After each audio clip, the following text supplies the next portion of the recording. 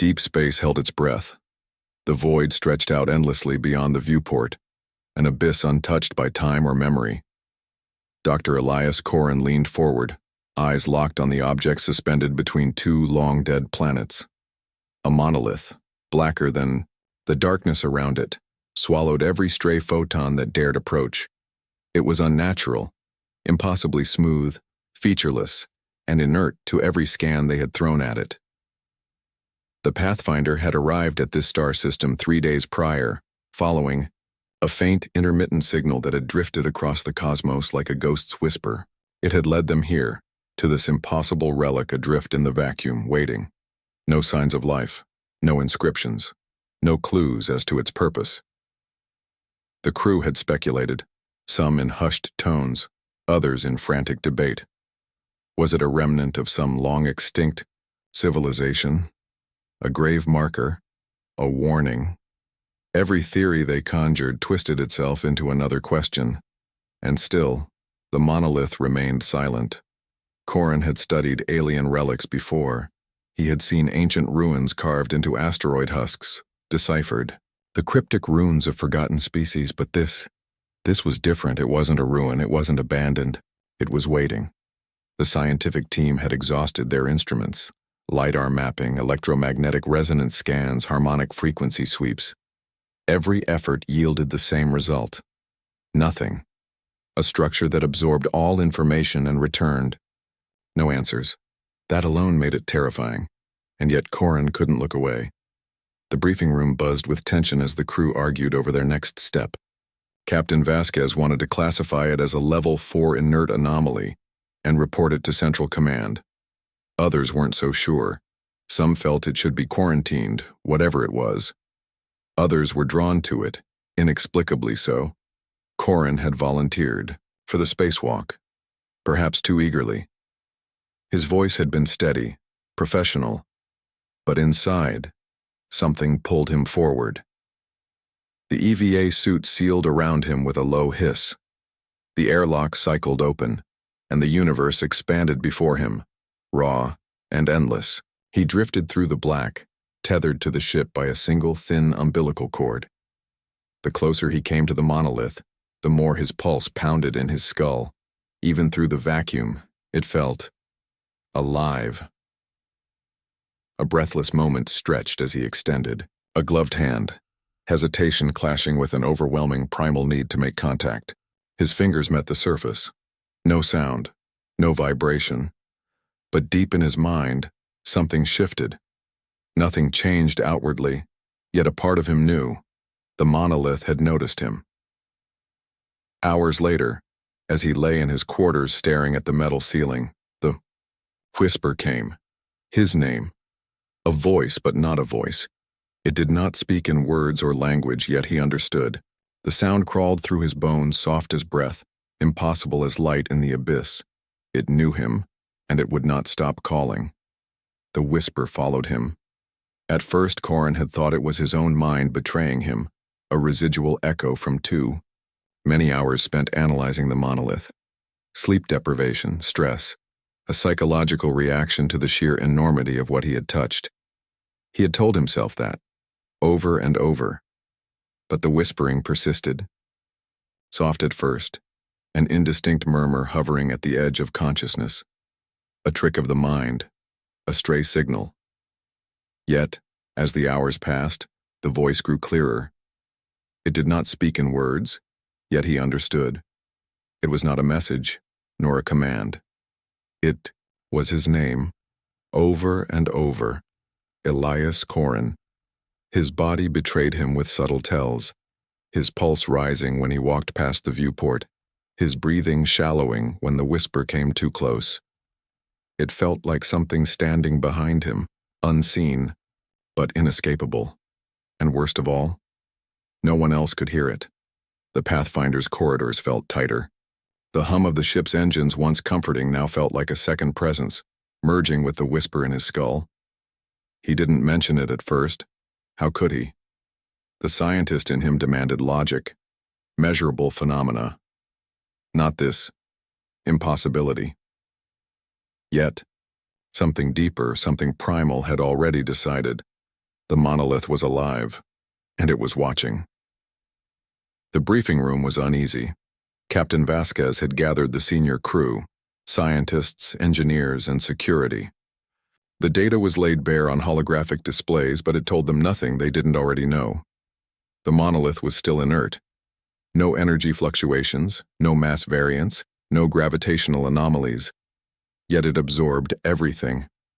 Signals vanished. Scans returned only the shape of the thing, smooth and unyielding. And yet something had changed. Dr. Korrin? Vasquez's voice carried authority. But there was a weight to it now. Concern? Suspicion? You were the only one to make direct contact. Have you noticed anything unusual? The question landed wrong. Korrin glanced around the room, noting the glances exchanged between the others. They were watching him. His fingers curled under the table, nails pressing against his palm. The whisper slithered through his thoughts. Elias Korrin, a steady, deliberate breath. No, nothing unusual. A lie. Vasquez studied him for a moment, but moved on. Others gave theories, speculation, empty words. But Korrin barely heard them. The whisper had grown stronger. It was listening. The first death came suddenly. Lieutenant Reese had been out on a secondary spacewalk, checking for hull anomalies near the monolith's gravitational pull. A routine operation, until his vitals flatlined. No warning, no cry of distress. His suit's systems had reported nothing wrong until he was gone. His body was found floating, visor cracked from the inside. Expression locked in something horrible. It made no sense. No trauma, no depressurization. Just dead. And still, the monolith did nothing. Vasquez locked down external EVA missions, yet the whispers grew louder. That night, as Korrin sat alone in his quarters, he stared at his reflection in the small mirror mounted to the wall. His own face looked unfamiliar. A shadow passed behind him, but there was no one there. The whisper came again. Clearer now. Closer. Elias. Korrin. It was not his voice. A chill scraped down his spine. Something had changed. Something had woken up. Korrin could no longer pretend it wasn't real. The whisper was inside him now. It no longer clung to the edges of his hearing, no longer faded into silence when others were near. It spoke to him even in the presence of the crew, pressing against the walls of his mind, threading itself through his thoughts like a second consciousness. It was not intrusive, not forceful. It was simply there. And that was far worse. The others noticed. He could see it in the way they looked at him now. How conversation stopped when he entered the room. How their movements became careful around him. He was being watched, scrutinized. Not as a scientist, not as a colleague, but as a variable they could not control. Captain Vasquez was the first to confront him. "You're not sleeping." A statement, not a question. Korrin had no answer. He hadn't slept in over 30 hours, perhaps longer. The whisper wouldn't let him. It had started weaving through his dreams, showing him things. Images that lingered after waking. Visions of a world that no longer existed. He saw a vast city beneath a sky of twin suns, spires of black stone reaching toward the heavens, adorned with symbols that hurt his mind to comprehend. He saw beings that were not human, their skin white as bone, their elongated skulls lined with gold. He saw their world burn, and then he saw nothing. Not ruin, not decay, just absence. An entire civilization erased. The whisper did not explain. It did not justify. It merely showed. And in that silence, Korrin understood. The monolith was not a relic. It was a grave, or something worse. The crew began to disappear. It started with Dr. Lin. She had been in the research lab when the power flickered for less than a second. When the lights returned, she was gone. No alarms, no record of movement. No trace of her even existing. Her workstation still held her notes, her chair was still warm, but she was no longer there. Then it was Chief Engineer Da Silva, then Lieutenant Mahir, one by one. No struggle, no sign of intrusion. They were simply erased. And the whisper grew louder. Korrin stopped speaking in meetings. He stopped trying to rationalize what was happening. The others kept their distance, except for Lieutenant Wren.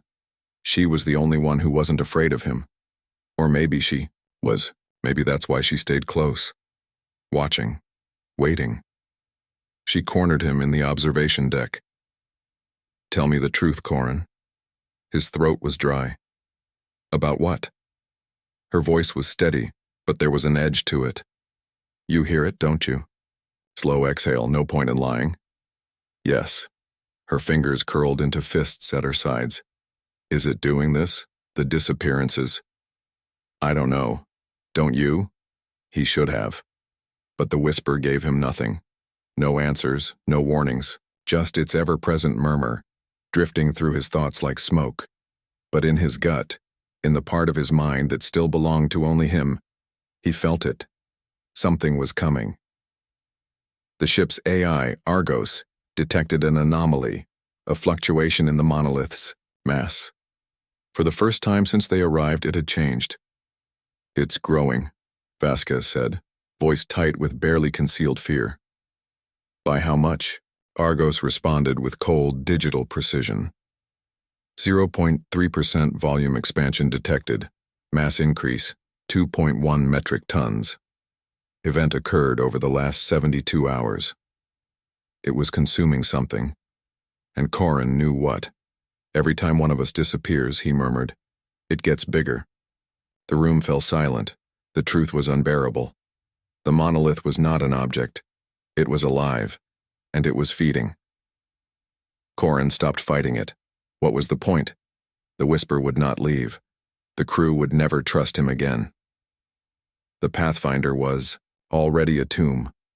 So he listened. Really listened. And in that moment, for the first time since he touched the monolith, the whisper answered. It did not speak in words. It showed. Korrin saw a planet swallowed in darkness, its people wiped from existence. In the blink of an eye, he saw gods that were not gods, entities that moved beyond time, beyond space. He saw the truth of what the monolith was. A prison, and something inside it was waking up.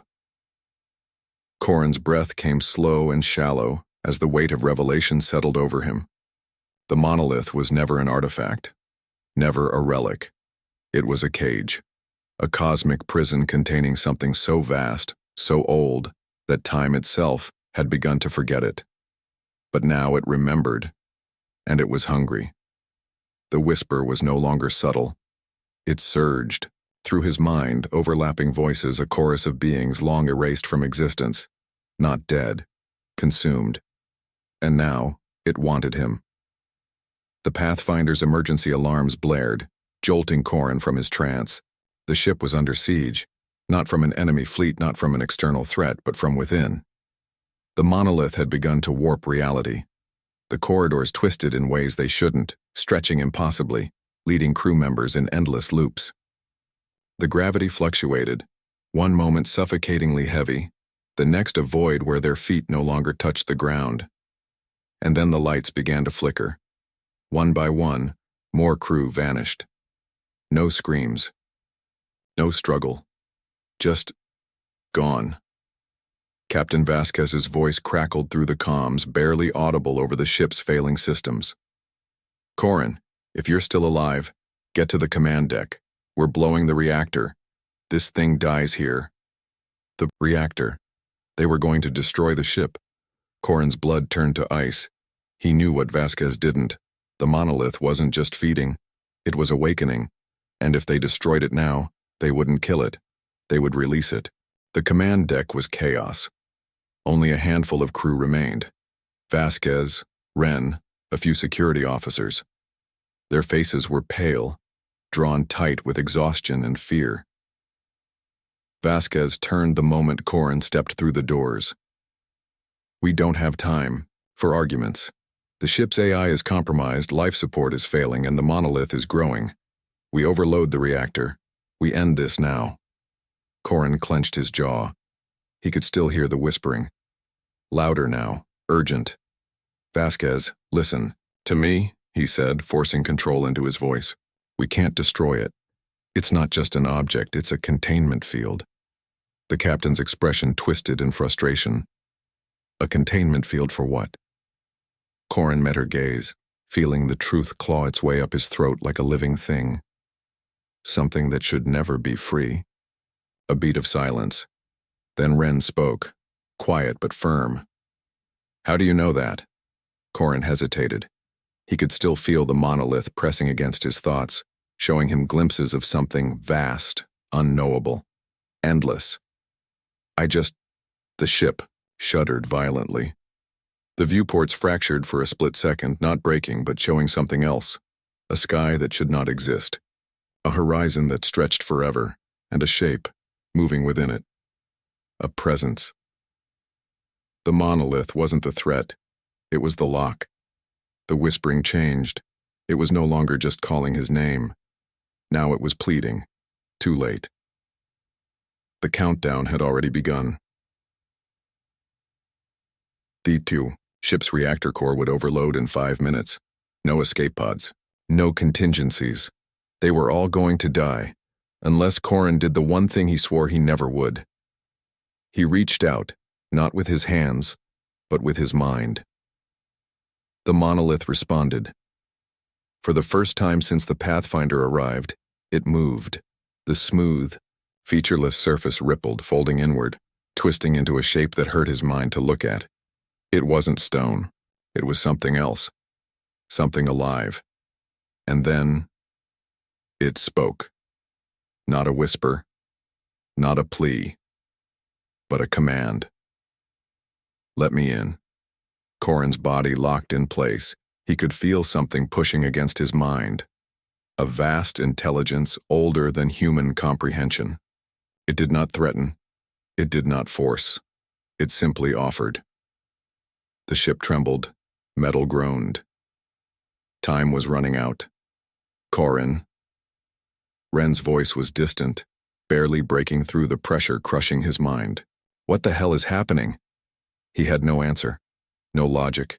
No certainty. Only a choice. The monolith needed a vessel, and Korrin was already half its own. The countdown reached 0. The Pathfinder exploded, a blinding flash, a shockwave that rippled across the void. And then, silence. The ship was gone. The monolith remained, or at least what had once been Korrin. His form was intact. His mind was not. He could feel everything, the fabric of reality, the echoes of lost civilizations, the truth of the monolith, the truth of the being it had contained. The whispers were no longer whispers. They were his own thoughts. The lock had not broken. It had simply changed hands. And now, for the first time in a billion years, the presence, inside the monolith, was awake, and it wore a human face. Silence stretched across the void. The Pathfinder was gone, its wreckage scattered like dust against the endless black.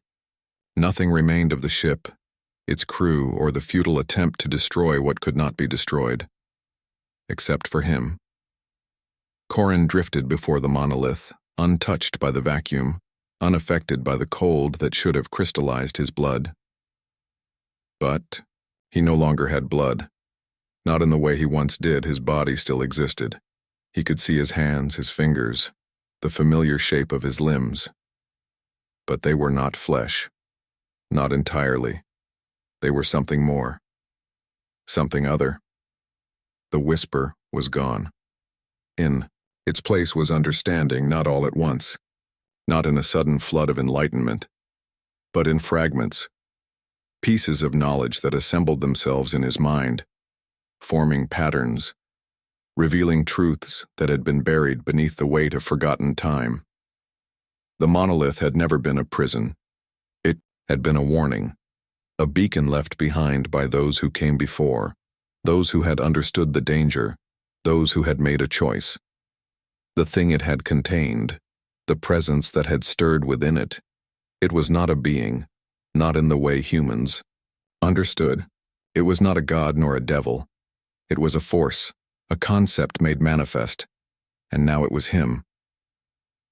Korrin turned his gaze toward the wreckage of the Pathfinder. Vasquez, Wren, the others. Gone. Their memories flickered at the edges of his thoughts, echoes of lives that had been erased. The ship's destruction had not simply killed them.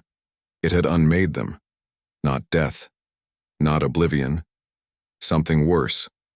Something that should not have been possible. And yet it was. Because Korrin had made it so. And floating. Before it, alone in the vastness of space, was Korrin, a flicker, a pulse of awareness. He turned back toward the monolith. It no longer felt alien to him. No longer a thing apart from his understanding. It was his reflection. And through it, he could see 1,000 dead worlds, 1,000,000 lost civilizations, 1,000,000,000 voices that had screamed into the dark, only to be swallowed by something that had no name, no form, no mercy. This was not the first time. It would not be the last. Unless he made a different choice. A presence stirred at the edges of his mind, vast and unknowable. It did not speak. It did not command. It waited. He understood now. He could break free, let himself dissolve into the void, let his consciousness scatter like dust among the stars. Or he could take control. He could become what the monolith had once been, not a prison, not a cage, but a guardian. The choice pressed against him, heavy with the weight of eternity. The thing that had existed within the monolith, the thing he now was, had no will of its own. It was a force of nature, an inevitable consequence of existence itself. It had no concept of mercy, no understanding of morality. But Korrin did. And that was the difference. That was the one thing the others before him had never had. Humanity. The void shifted. The wreckage of the Pathfinder began to vanish, pulled into the nothingness, erased from existence as though it had never been. But Korrin remained. The monolith pulsed, not physically, not in a way that could be measured, but in a way that rippled through reality itself. A choice had been made. And for the first time in uncountable millennia, the cycle was broken. Somewhere, in the vastness of space, a new signal was detected, faint, unfamiliar, a whisper, not a warning, not a hunger, but a name, Elias Korrin. And for those who heard it, the universe would never be the same. The whisper spread, not as hunger, not as destruction, but as awareness. Across the void, through the silent expanse where light itself struggled to move, something shifted, a ripple, a pulse, an anomaly too faint for the untrained eye, but undeniable to those who knew how to listen. Aboard, a deep space relay station, orbiting the outer rim of human expansion, a technician froze as his console flickered, a signal, weak, garbled, but unmistakable. It carried no standard encryption, no identifying markers of any known species. It should not have existed, and yet, it did. The technician hesitated before isolating, the transmission, running a decryption scan, attempting to pull meaning from the static, and then he heard it. A voice. No distortion, no interference, just 2 words. His blood ran cold. Elias Korrin. The name meant nothing to him. But it would, because whatever was out there, whatever had emerged from the wreckage of the Pathfinder, had not vanished. It was watching, and it had chosen to speak. Far beyond human space, in the darkness between stars, the monolith remained. It no longer whispered. It no longer called. It simply waited. But something had changed. For the first time in 1 billion years, the force within it was not a prisoner. It was a guardian. And it bore the mind of a man who had once been human. Korrin still existed. Somewhere. Everywhere. And he was not alone. Because now, something else had noticed him. Something that had been waiting for far, far longer. The universe held its breath and the whisper returned, not as a call, not as a plea, but as a warning.